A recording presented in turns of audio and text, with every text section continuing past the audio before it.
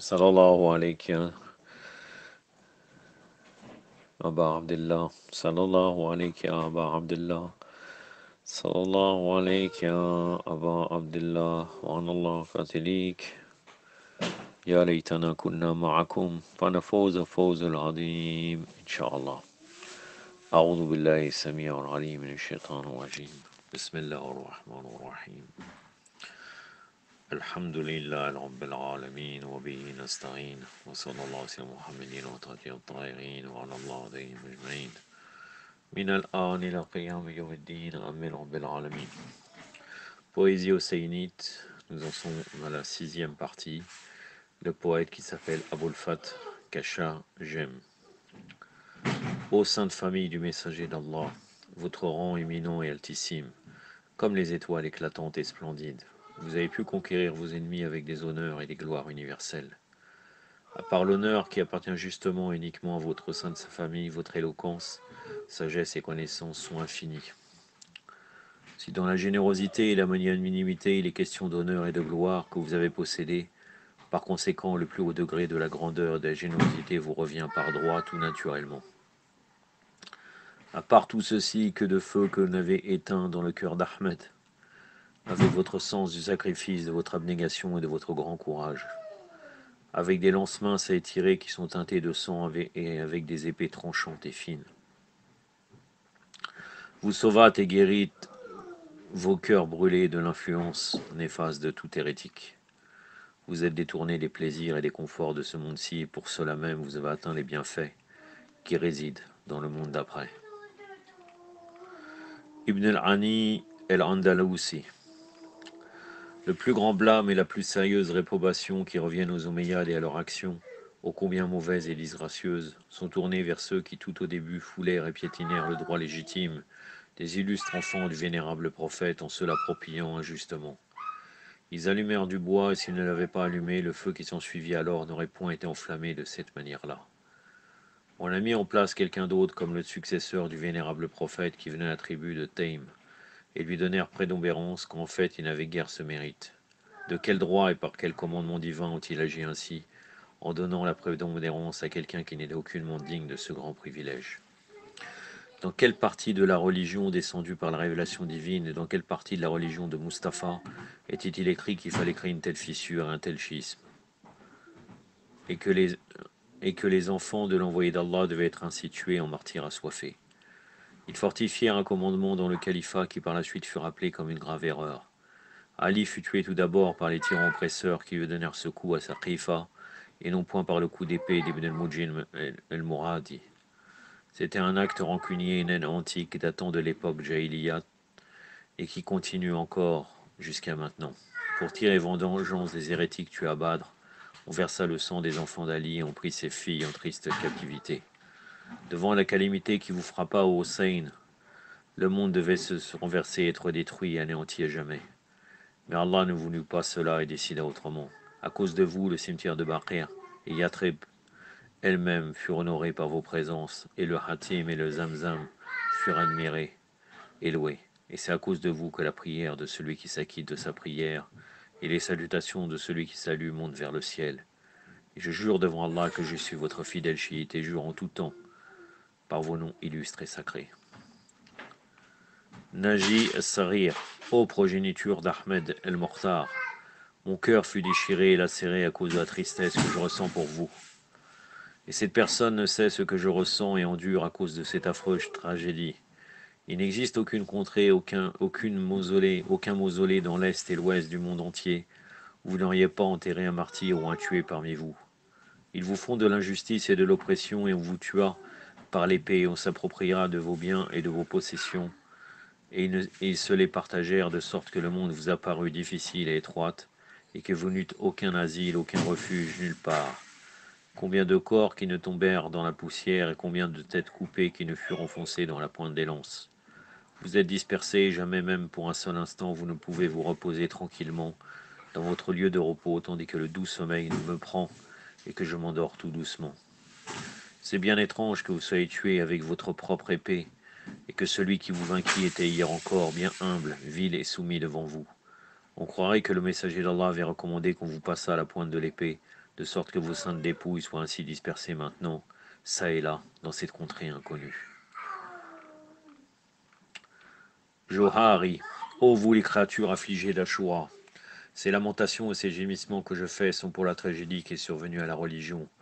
Ô sainte famille d'Ali Yassine, habillez-vous des habits de la tristesse et du chagrin. En ce jour, l'habit de la religion vient d'être déchiré, car les filles d'Ahmed furent prises en captivité, tout comme si elles étaient les hérétiques de Rome ou de la Chine. Aujourd'hui, la malheureuse personne qui récite des poèmes liturgiques et qui appartient à cette sainte famille se tint sur la hauteur des collines de Karbala et s'écria à plein poumon: qui est-ce qui consolera et sera bienveillant envers ces pauvres créatures pitoyables dont l'illustre père vient d'être tué et qui sont bien malheureuses? Aujourd'hui, le cœur de Mustapha vient d'être ensanglanté, un sang qui apparaît comme une outre sur la poitrine des anges du ciel. La malheureuse personne qui récite des poèmes liturgiques et qui appartient à cette sainte famille, c'est Sayyida Zaynab alayha salam. Aujourd'hui, l'étoile glorieuse de la tribu des Mozart succomba et fut avilie. Aujourd'hui, la torche enflammée d'Allah vient de s'éteindre et l'arche de piété s'échoua. Aujourd'hui, le seuil sacro-saint d'Allah tomba en ruine et croula, et son espace fut piétiné par des chevaux sauvages. Aujourd'hui, la progéniture d'Abou Soufiane vit son antique rêve exaucé et réalisé par le feu qu'ils avaient allumé à Badr et à Siffin. Aujourd'hui, le fils de Mustapha fut étouffé par le sang qui lui montait dans la gorge et il succomba. On lui fit obstacle afin de l'empêcher de s'approcher de l'eau et on mit le feu à ses tentes. Mort et destruction donc à la bannière de ces hommes qui provoquèrent tous ces dégâts. Ils s'approprièrent du pouvoir par force et par grande oppression, et combien il aurait été mieux s'ils avaient offert un peu d'eau. Ils provoquèrent tant de scandales et commirent tant d'actions honteuses et dégradantes qu'à la fin, l'ermite de Khamsarin leur cria: ô vous les égarés, ô vous les compagnons du diable, seriez-vous en train de vous moquer et de proférer des insultes à la tête coupée de ce martyr qui enfonçait dans la pointe de cette lance, tandis que cette même tête me recommande moi à la religion d'Allah. Malheur à vous tous, je crois en Allah et à son messager, et je viens choisir la voie de la guider, de même l'amitié et l'affection envers Mortada aiment à seule voix. On les fit tomber Hossein dans la poussière, et on le mutila et lacéra avec des dagues et des épées. Combien de rancune et de haine qui ne firent monter sur le dos des chevaux, et tels des pharaons orgueilleux, ils se ruèrent sur leurs captifs. Ils les enchaînèrent avec des jougs et des chaînes sur la monture des chameaux et leur blessa le corps avec des fouets. On empêcha le nourrisson de Dame Fatima de s'allaiter et au lieu de lui donner le sein, on lui mit le poison du serpent dans la bouche. Ô groupe dont Satan est la porte-bannière, et le porte-bannière, ô vous dont l'égarement s'est installé dans vos cœurs, quel rapport y a-t-il entre Mortada et ses enfants et ce vil Muawiyah? Et quel rapport y a-t-il donc entre Dame Fatima et Hind, la mangeuse de foie, ou avec Maysoun, mère de Yazid? La sainte famille du messager d'Allah fut dispersée avec les coups d'épée. Certains s'enfuirent vers le Sahara, tandis que d'autres furent emprisonnés. Relève-toi donc et tiens-toi droit devant la terre de Karbala, et verse des larmes qui soient comme des perles toutes rondes, et fais cela tant que tu le pourras. Ô sainte famille d'Ahmed, la langue de Johari, donc ça c'est le poète, c'est lui qui dit ça, la langue de Johari est comme une épée lacérante et affilée qui éloigne toute imperfection de votre entourage.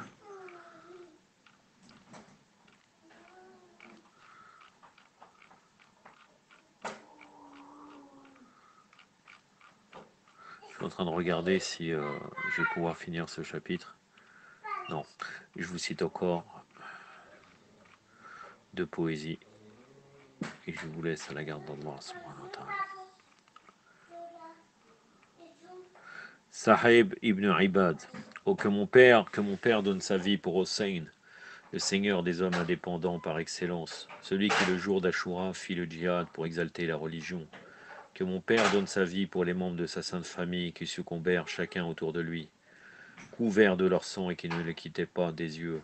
Que le bon Dieu dégrade et avilit la nation qui délaissa son Seigneur et Maître et qui ne fit aucun effort pour procurer son contentement. Et que la malédiction d'Allah frappe cet homme pourri, souillé et impur qui, rempli de rancune et de haine, frappa avec son bâton sur les saintes dents de l'imam Hossein alayhi salam. Ce fut sous l'ombre protectrice de Hassan et de Hossein que la grandeur et la gloire prirent forme. Si ce n'était pour eux deux, où aurait pu se manifester la grandeur et la gloire? Ils sont les preuves éclatantes et splendides d'Allah, qui sont en effet splendides et illuminantes, et qui apparaissent telles que des torches enflammées qui ne s'éteignent jamais. Ô sainte famille glorieuse et honorable, je serai pour toujours votre fidèle partisan et suivant, qui vous aimera de tout cœur. Vous êtes des étoiles scintillantes pour la connaissance et la voix. On massacra et ensanglanta les enfants d'Ali, qui était le frère de Mustapha. Sallallahu alayhi wa alayhi. Il est digne et bon que nos larmes se versent pour cette tragédie, et j'ai dit, et qu'elles deviennent des torrents, et que la malédiction divine frappe éternellement ses ennemis, non seulement ceux qui trouvèrent la mort et ne sont plus sur terre, mais aussi ceux qui doivent les suivre sous peu. Ils attaquèrent et se ruèrent tout d'abord sur ses fils et provoquèrent ensuite toutes sortes de calamités tragiques et terribles pour ses filles. Écoute donc maintenant au sujet de son martyr. On empêcha Hossein de boire de l'eau à Karbala. Crie, lamente-toi et gémis donc de douleur. On lui obstrua le chemin, pour qu'il n'atteignât pas l'eau de l'Euphrate. Pour ceux, le jour du jugement dernier, on leur versera le plus amer liquide de l'enfer dans le gosier. Est-ce juste qu'on tranche la tête du fils du vénérable prophète et que dans le monde islamique il y a des vivants et qui ne donnent pas leur vie volontairement à ses côtés? Les fils de bâtards firent tout ce qu'ils voulaient avec ceux dont la devise était précipitez-vous vers le salut, et ne perdèrent aucune occasion pour faire le mal.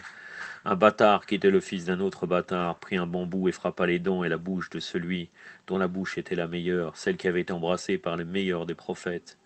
Les fils de Haïn, la mangeuse de foie, tranchèrent les veines et les artères des fils du vénérable prophète avec leur épée indienne et se sentirent glorieux d'avoir commis cet horrible acte. Les anges du ciel se lamentèrent et pleurèrent pour son martyr, que oui, ils leur firent boire de la coupe du martyr à l'aide des flèches et des lances. Je juge comme juste et légitime qu'on verse continuellement des larmes de chagrin, et je ne reconnais aucunement pour juste qu'après la tragédie de Taf, il y a des gens qui fassent apparaître le sourire sur le visage. Combien de fois ai-je prononcé cette phrase? Ô tristesse, que tu restes avec moi continuellement. Et toi, ô douleur, prends domicile dans mon cœur et ne le quitte pas. Abu Mohammed el-Aouni. Ô lune luisante qui ne durera guère pour longtemps. C'est à cause de ta tristesse que je suis devenu poète liturgique. Ô roue perfide de la destinée, ta circulation imparfaite et loin de toute harmonie a provoqué bien d'événements malheureux et sinistres. Après la tragédie d'Ashura de Hossein, malheur à moi, et se pourrait-il qu'il y ait encore de la joie et des plaisanteries échangées? Ô lune luisante, tu as pris le chemin de Karbala pour enseigner à la Oumma la manière de vie et le salut et la délivrance. Pour ceux, la religion d'Allah s'habilla de la tunique royale, et l'hérésie ferma ses ailes. Pour ceux, le matin de l'hérésie fut obscurci et le soir de la religion fut éclairé. Ils lui écrivirent des lettres et l'invitèrent à Karbala. Il se précipita à leur rencontre pour que la vérité pure fût manifestée. Et lorsqu'il arriva au lieu de rendez-vous, on se détourna et s'éloigna de lui, on se rua sur Hossein. Ils ornèrent de lances et d'épées la plaine qui était toute plate et la transformèrent en une forêt dense et se hâtèrent de tuer Hossein. Ses amis se mirent à le défendre et embrassèrent les épées et les lances. 70 hommes blessés et ensanglantés tombèrent parmi 70 000 soldats des troupes ennemies. Tous ensemble, ils burent de la coupe du martyr, une coupe préparée à l'avance pour eux.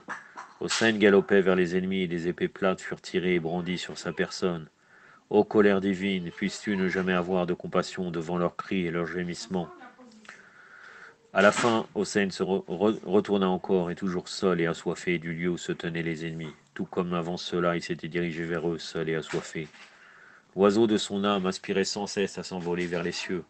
Et lorsque l'ange de la mort arriva, il lui déclara alors, « Viens, viens donc, verse donc cette coupe remplie de mon sang, car on vient de m'appeler du haut du ciel. » On se rua alors sur lui, l'un lui coupant la tête, l'autre lui détachant le bras de son saint corps. Que mon Père donne sa vie à tous ces assoiffés qui s'envolèrent avec des lèvres sèches vers le paradis. Que mon Père donne sa vie pour ces visages lumineux et rayonnants, qui au petit jour se mirent à suivre le chemin qui mène à Allah. Que mon Père donne sa vie pour ces dépouilles nues, qui semblaient vêtues d'une robe rouge à cause du sang qui les couvrait tout entier. Ô mes seigneurs et maîtres, ô progéniture d'Ali, la religion d'Allah commença ses lamentations et ses gémissements à cause même de votre deuil. Karba, Hijr, Safa et Marwa tremblent de l'épouvante qu'ils ressentent par votre absence. Et les cailloux et les pierres des plaines et des déserts, en embrassant vos honorables dépouilles, sont vivifiés. Avec votre absence, les piliers de la religion se ruinèrent, de même le Saint-Coran, le Massani et les sourates coraniques. Que le bon Dieu n'ait aucune miséricorde pour tous ceux qui vous voyaient comme leurs ennemis, et que la grâce divine soit accordée à tous ceux qui vous suivent et vous obéissent.